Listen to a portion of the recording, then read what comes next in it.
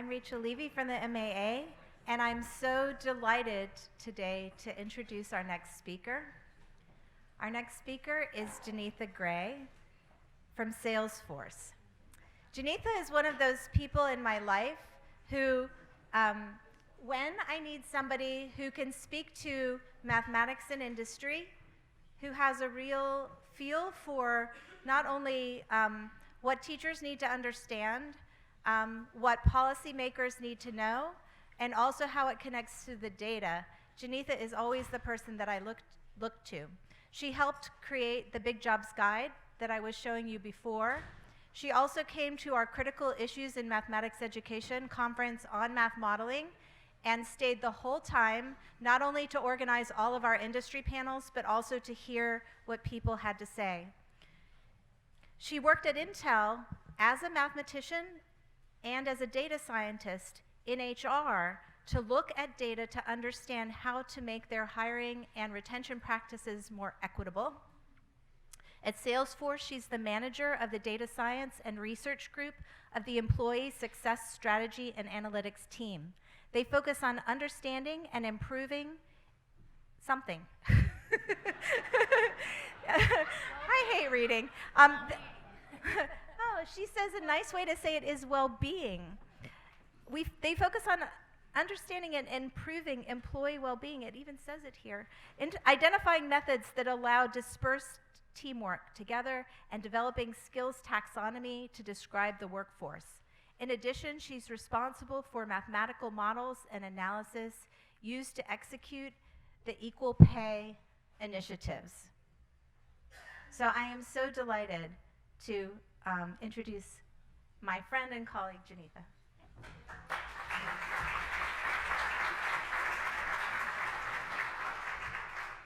So thank you. And I've learned this at Salesforce. The culture there is that we always thank at the very beginning, because if it wasn't for you, there wouldn't be us. So thank you, Rachel, for that very nice introduction, and thanks to all of you for relaxing after lunch and listening to what I am going to tell you about. So I'm going to start with a little story. And I apologize to the young people in the room. If there's pieces of this you don't understand, later you can ask your older colleagues. So remember electric company with the two people and yeah.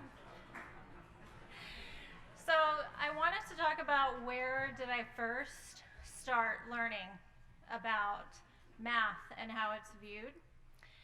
Right after 9/11 and people flew, and that was about the time I finished my PhD, I was traveling a lot, interviews, presenting my work. People were kind of nervous, and they would always sort of check out who was on the plane. And so during that time when you'd sit in the row before taking off, everyone would kind of, so what do you do? Where are you from? Are you legitimate? Basically. And people were always shocked that I studied math. You have a PhD in math? What? And the thing that they would always say is, I can't even balance my checkbook. If you don't recognize this picture, that puts you as a millennial, right? And when they would say this to me, it made me very sad for multiple reasons. The woman from Maine this morning is my cohort in this idea that it's not only okay to say that you're math illiterate, it's the cool thing to say. And that always made me sad. Another thing that made me really sad is that, sure, accounting is cool, but there's so much cool stuff about math. So much. I've had a lot of jobs. I love the job I have now, and there is no way I could have this job if I didn't know math. Yeah, my job is work, and work, the noun means you have to do work the verb, and work the verb is not always fun, so my job is not fun 100% of the time, but in general, I'm incredibly happy, and part of my job is to see that other people are happy at work and doing the things that they want to do. So just to tie it back, now we get on the plane, and you can immediately turn on your small devices and put on your headphones and not talk to anyone. And your banking is all done for you electronically. So I don't have this same conversation with people.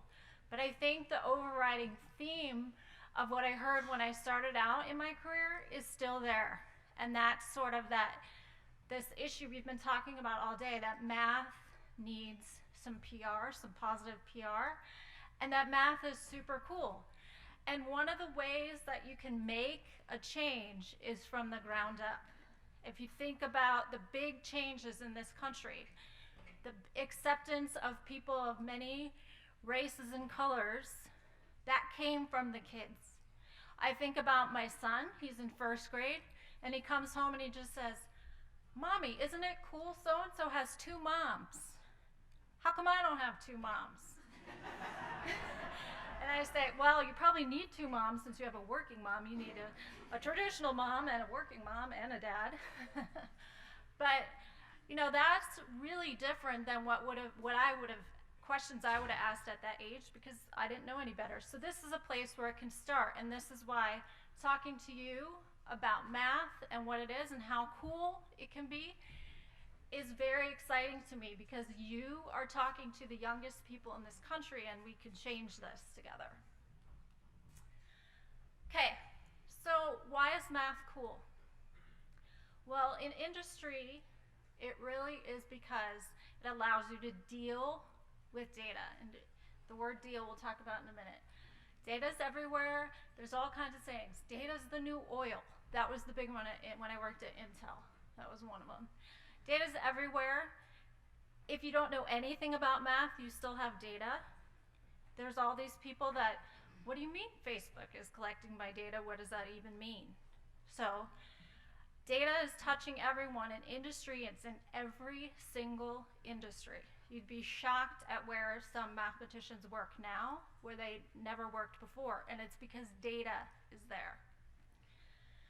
What I mean by dealing with, I think as a mathematician, the analyze piece is very clear, and the connection there is incredibly clear. You might not have the full breadth, but you can say, all right, but there's all these other pieces. It's got to be collected, stored, protected, retrieved, analyzed, and reported. All of these things. Every single one of these pieces requires that you have math tools under your belt. And every single one of these things is a place where you can get a kid excited about math. So let's talk about collect and retrieve. In my job, we spend a lot of time writing surveys, getting responses, analyzing the data. It's a huge part, these org health surveys. It's giant. So we do a lot of data collection. Kids do a lot of data collection with each other in line. What's your favorite video game? What's this? I mean, I've learned about all these characters I don't know anything about, and they talk to each other and have all these ideas. This is an easy way to start talking about collecting data. But you also need to understand, who do you talk to? This was a huge error made in the United States during the election. The way they collected the data about who they thought would win, they didn't collect it correctly, and they made a wrong assessment. So there's excellent examples of the right and the wrong way to collect data, to look at the representation. Retrieving it is a big thing too. I mean, it's a huge part of my job at both at Intel and at Salesforce now, is where is the data stored? How do I get it? Who gets it? Who can get in there and get it? What format is it going in? What format is it coming back to me? How do I validate that what's coming back to me is actually what went in? These are all questions where you can think about the answer with math. These are all questions where you can do something with students to try and help them understand, what does this mean? Store and protect. So this is huge. And we saw the information that we don't from that we don't have enough people to do the analytics, I think it's even more dire for cybersecurity in terms of protection and who knows about this. There are so many cool math problems there. There are so many cool math modeling problems that you can do. One of my favorite things to do with kids is to give them a Sudoku and see if they can figure out what was originally there or not. And that helps them understand you can just put some pieces in and get back the whole thing, and sometimes you can't, depending on whether or not you follow the rules. This is all based on simple math that kids know how to do, and then they start to understand how can you store some pieces. You can also show blurred images. Can they figure out what it is or not? If I showed them the checkbook, no, they can't because they've never seen a checkbook. But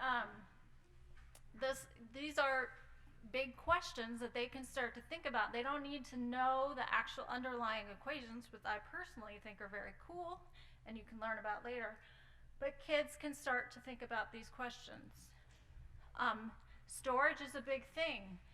Today it seems like, oh, we can just store anything, it's easy, it's cheap. Do you really want to store everything?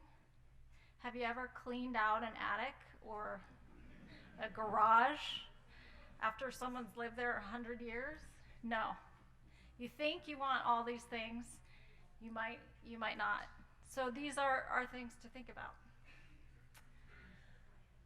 Analyzing and reporting.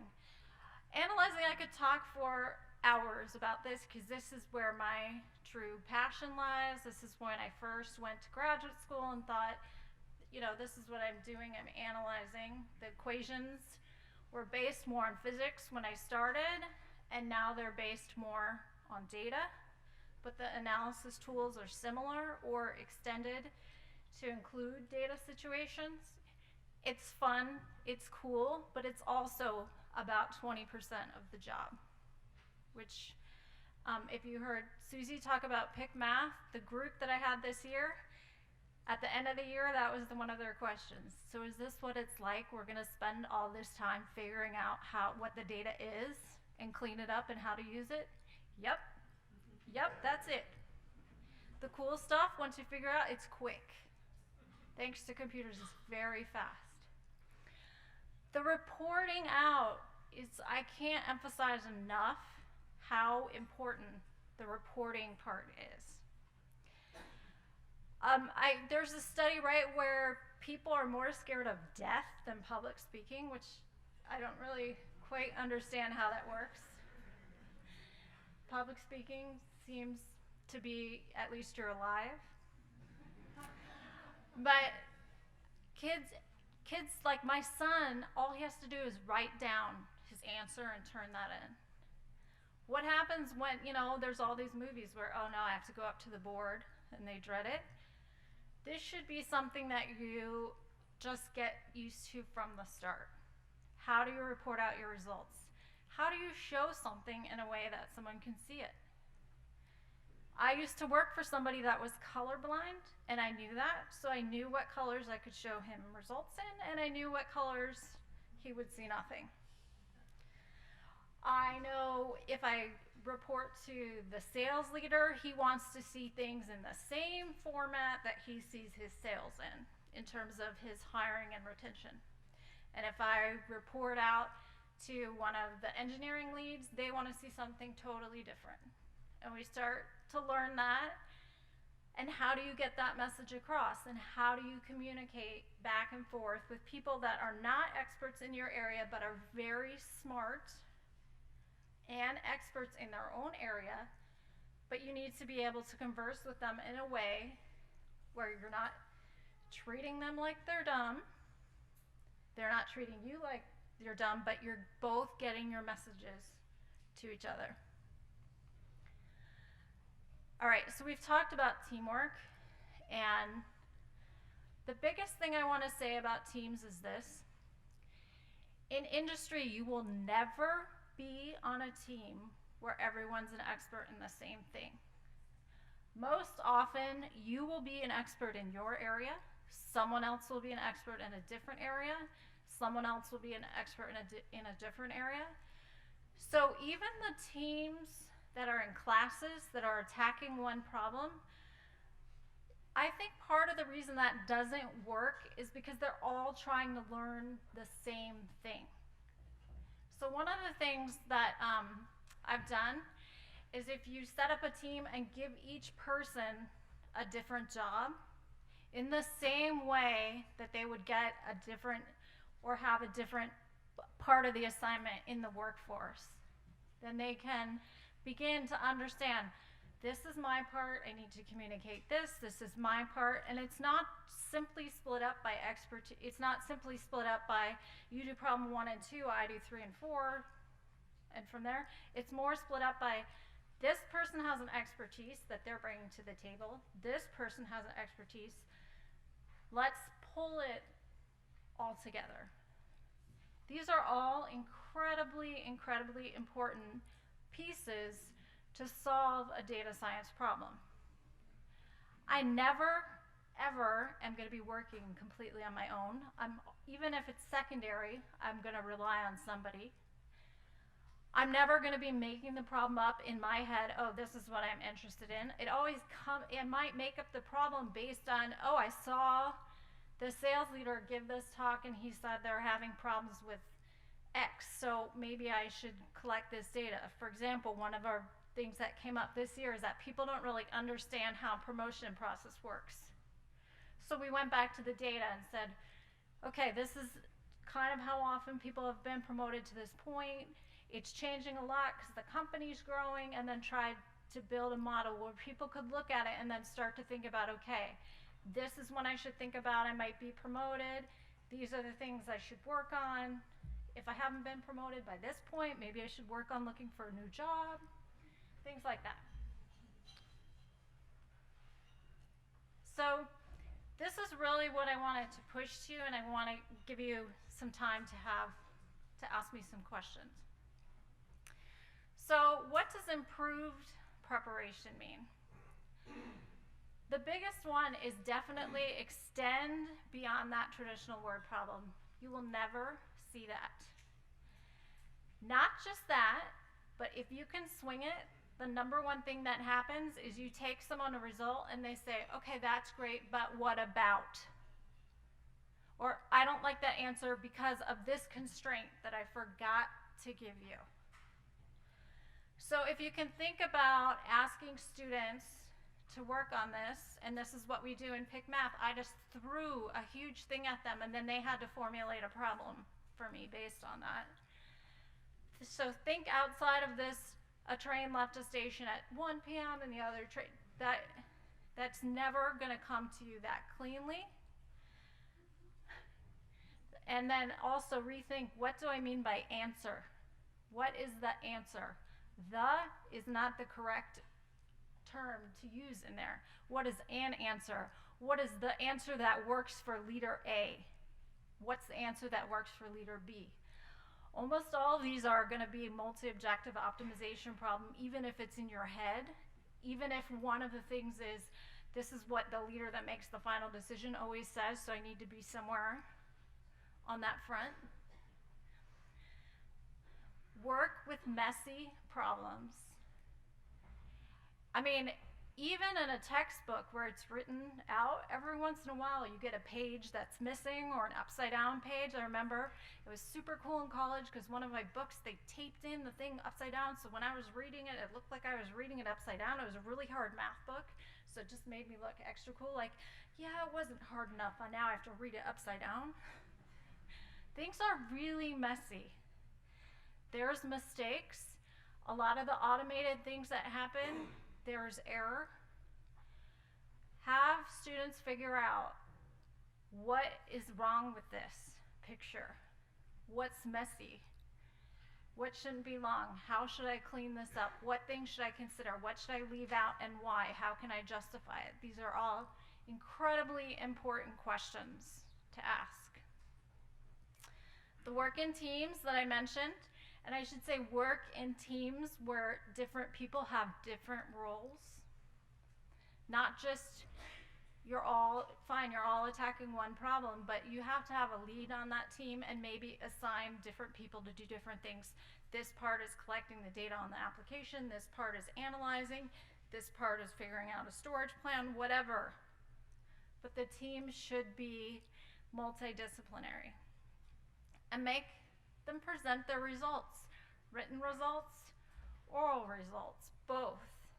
Can they stand up in front of a group and say what it is? One of the hardest classes I had in graduate school, we called it torture chamber. I don't know what its real name was. It kind of got lost. Was read someone's work and present it, and the class would just ask you questions about it until you were like, I'm tortured, okay. But it really helped figure out, what do I present? How do I present it? What's my audience? What do I need to say to them that's important? What is not as important, but I just think it's cool? What are the things that don't matter at all? And I think that one of the things we can really do to improve the overall image of math is to tell the stories of math, because this will help hit home for you. You know, my son is 7, and we tell him, oh, mommy is a doctor of math. She helps sick math problems. That's my description, because he knows what a doctor is. He goes to the doctor, and the doctor gives shots, right? But he doesn't know what a doctor of math is. So then we can start. So that's where we're starting, and then later I can tell him about other things. I can show him things about, oh, look at this waterway. Look at this. I used to work on alternative energy. We can drive past the energy farm, and I can say, look, mommy helped figure out how to place those. And that hits home with him, and then he starts to see, oh, okay, that was a sick math problem that mommy helped fix. And then as people get older, you can give them more age-appropriate descriptions and give examples that aren't just, I can balance my checkbook. Okay? I can't emphasize the storytelling enough. That's the part that people will take away. And it's the part where you can be like, seriously, the math is so cool. And if they don't get that part of it, they can at least get what you're doing with it, and that you're not just sitting in a room by yourself doing math. They can understand, okay, this is why you think it's cool, even if they don't want to talk about the intricacies of how you distributed your optimization program on a multi-threaded machine so that it ran. They don't care that you're excited about that. They care that I use that to solve this very interesting problem. So I just really emphasize telling the stories and giving the examples. And the other thing I can say is about getting a job.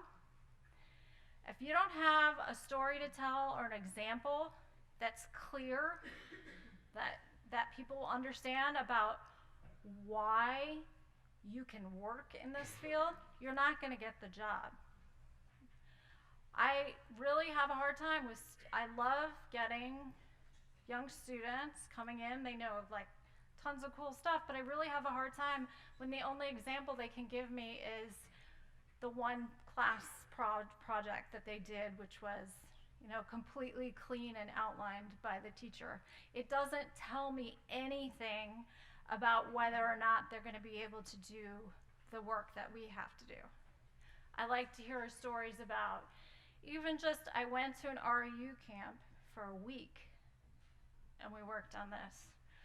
Or even one day we visited so-and-so plant, and it was so cool how they figured out how to optimize the lines so that, you know, as long as, if they can give me something, it's incredibly important to have that in your toolbox when you're interviewing.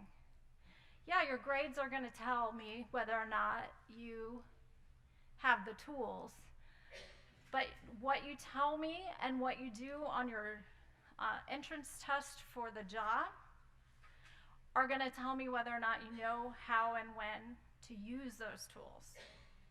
And I think that's the part where when I talk to a woman on a plane that's like, math, I can't balance my checkbook, that's the part where we can make that start to go away. And we can say, all right, but there's all these kids that are like, math is really cool. And then even if they don't go into math, even if they go into something else entirely, like half of the people I work with are IO psychologists, they still understand, oh, I can work with a mathematician on that, which I think is as important as making sure we have enough trained mathematicians.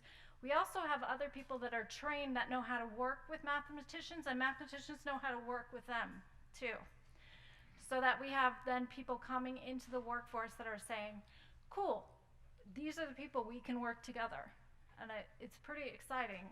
And personally, one of the things that I love about my job is what I learn from the other experts.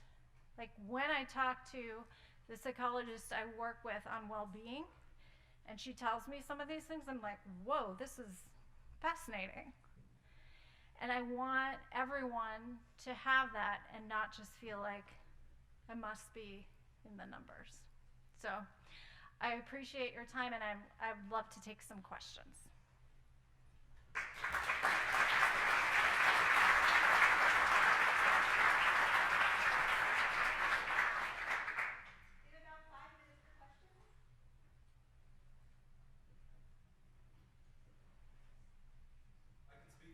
I can hear you. So thank you for that presentation. So one of the things, our educational system is geared towards, most of the educators end up teaching the mathematical tools or mathematics first, and then show the students the problem. You of course explained the philosophy, which I appreciate a lot, is instead of doing here's the mathematics, go solve the problem, here's the problem, find the mathematics to do it. And this goes back to the cover case today about faculty professional development. That's much needed because faculty are all not used to this reverse philosophy in education. That's number one. Number two, that I wanted to ask you also about is, the educational system, institutes of higher education almost treat students as consumers of education. So you're always giving them something. But in reality, if you access them to be producers of information, actually, and peer reviewers, it becomes much more powerful. Of course, you see all this in the industry side. So I would like to hear your comments about how this transformation, this paradigm shift can happen in education. So I think in industry, and I am a huge proponent of this from both sides, is the number one thing is the internships. From the corporate side, from my side, two things happen. One, let's just put it out there, the ROI is huge, right? Students are so cheap, it's awesome. I can always fit them in my budget. It's great, okay? And it's not so cheap that they're not making any money. In fact, a lot of them are like, whoa, yay, now I don't have to work during I can work just in the summer at this internship and I don't have to work during the school year. So that's great. And the other thing is that they bring a lot of the new research. And that, to me, is something I don't always have as much time for as I'd like, so I rely on the interns to bring, hey, this is what we're learning, this is what we're seeing, this is what we saw at the latest conference, so that's important. From the other side of the students, besides the monetary side, the thing I think that is huge is you can see what are the things I can live with in a job and what are the things I can't. So even if you go to an internship and you hate it, one, you got paid, two, you know what you hated. And what was that? And then make sure that that is not in your long-term job, because then you also have smart questions. So maybe you hated that you weren't in the same place as your manager. Maybe you hated that your manager was in LA and you were in San Francisco and you didn't like that.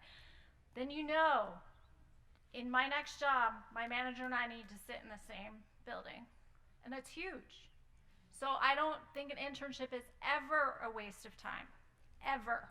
Because learning what you hate is just as important. And some people, it takes them years. Whereas this internship, you're out of it in 12 weeks or 18 weeks. So I think it's incredibly important, and it's a tool that can be used both by the students, also by the professors for things they don't have time for with the problem solving. And then, but it's also incredibly important to industry. It's a huge pipeline for us to hire too, because it's a way for us to see, okay, this person will work out, or okay, this person won't work out, but it wasn't a huge investment. So I think I just can't emphasize enough the importance of internships. And Let's thank our speaker again.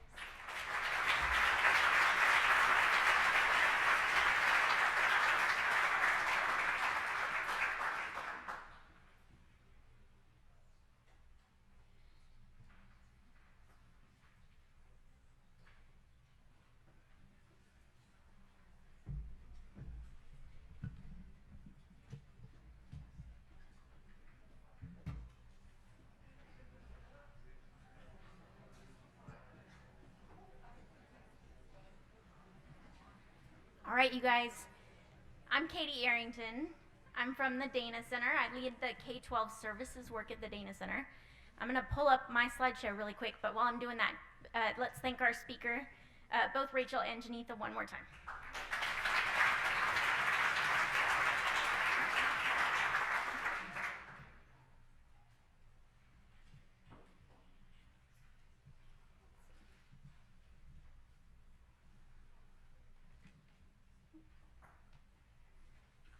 All right. Okay, so you just heard a really interesting talk. You've heard a lot of interesting talks today between the few panels that we've had and our speaker just now. So I'm sure there's a lot kind of floating around in your mind.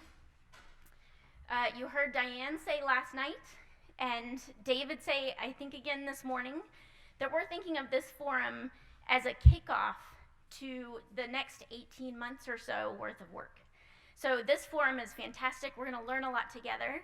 CBMS has provided this great opportunity and organized this group to get together and really get to work, though. So thinking about this complex, multifaceted task that's ahead of us, really digging into the issues that we're all having in all of our states around that kind of junior to junior time period, right? That transition from high school to college. There's a lot of work, it's a lot of thinking, a lot of change to expect. We know that it's going to take efforts across K-12 and higher ed, and of course we want to really have workforce involved. So we're thinking about this in a big way, big changes, right? So if we're honest with ourselves, change at scale in any one system is already pretty complicated. And then what we're thinking here is change in a coordinated and aligned way between multiple systems. Everybody take a deep breath. It's going to be okay, but we know that in order for our students to really have a chance at success, we've got to start working on this problem, right? We can have greater rates of success if we really dig in and work with this problem together. So you're sitting at tables with your state teams, hopefully. Hopefully. At your team, you probably have people with varied expertise, varied perspectives. You work in different systems, so you work under different governance systems. You work with people who have different habits and different vocabulary than you do, right? So not only is this going to be a big effort for change, but it's got to be a big effort to work together to make that change happen. We're going to have to give some intentional thought to how we work together as a team, as well as how we move forward. So the Dana Center is engaged in this effort to help support you in doing all of that. So do you guys remember the Home Depot slogan, "You can do it, we can help"? This project that you're here to work on, this thought about creating a task force and really making change in your state, it's your work. It's what you're going to do. But the Dana Center is really here to provide some supports, resources and tools, access to experts, folks who can help you, as well as connecting you guys, right? You guys are going to be doing the work, so sharing your ideas between each other is going to be really important. So when you see me come up on stage, that means you're about to do some work. That's a big clue for this forum, at least. So today, your work as teams is to really think together as teams. So you've heard a lot of information this morning. You collected a lot of data before you came here too. And what we want to do is give you the opportunity today to just kind of think about those things as teams, right? Really start processing together, bringing that expertise, those different perspectives to the forefront, and making sure that everybody is working to bring their strengths and come to agreement on the work that you're doing. Tomorrow we're going to move into the more putting pen to paper, making things more formalized. We're going to look at the task force process that I know you guys have all been introduced to, or most of you have been introduced to through a webinar that we had earlier. We're going to dig in and really start working on the first two objectives in that task force toolkit in that process. And then we'll make an action plan for immediate and near future next steps. So that gives you a high-level idea of what we're going to work on together. So in just a few minutes, what I'm going to ask you guys to do is if you haven't found it already, I actually see now that I'm up here, a few people have found it and started making notes already, which is awesome. There's a little reflection guide in the middle of your table. There should be enough for everybody in the room. We may have to pass a couple between tables, though, depending on how many people are at each one.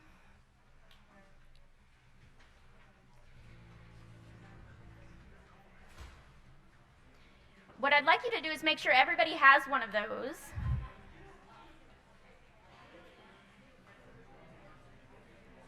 And here's what we're going to do. If I can have your attention for just another second so I can frame this for you. So at the top, you see there's 3 boxes. It says the higher ed group, the K-12 group, and the workforce group. What that is supposed to describe is the people who went to the different breakouts today. So you may be a higher ed person, but if you went to the K-12 session today, you're part of the K-12 group. What I want to make sure is that everybody at your table has a chance to do some reflecting about the takeaways you've had this morning from either the breakouts or from our whole group sessions. I want everybody at the table to share their takeaways, and you guys have a place to jot down some notes if you'd like to. What we want to do, though, is move towards not just what are your takeaways, but really how does that apply in my state? What are the implications that we need to start thinking about as we're thinking about our task force work? What does that actually mean for us?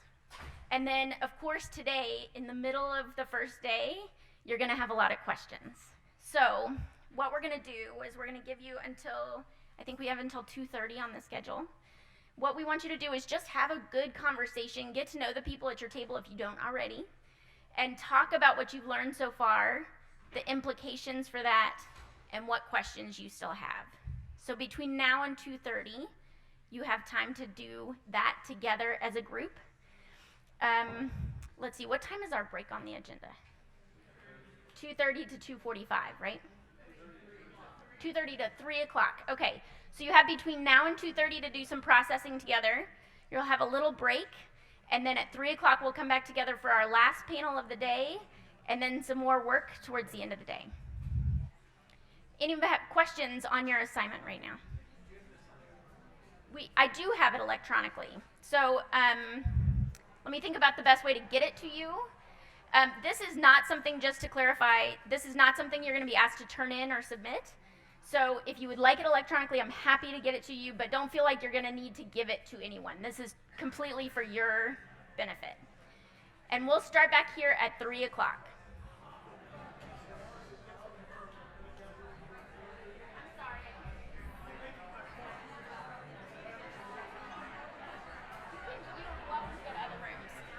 You guys, if you want to go to other rooms, you're welcome to, but you have a certain time limit, so consider your transition time.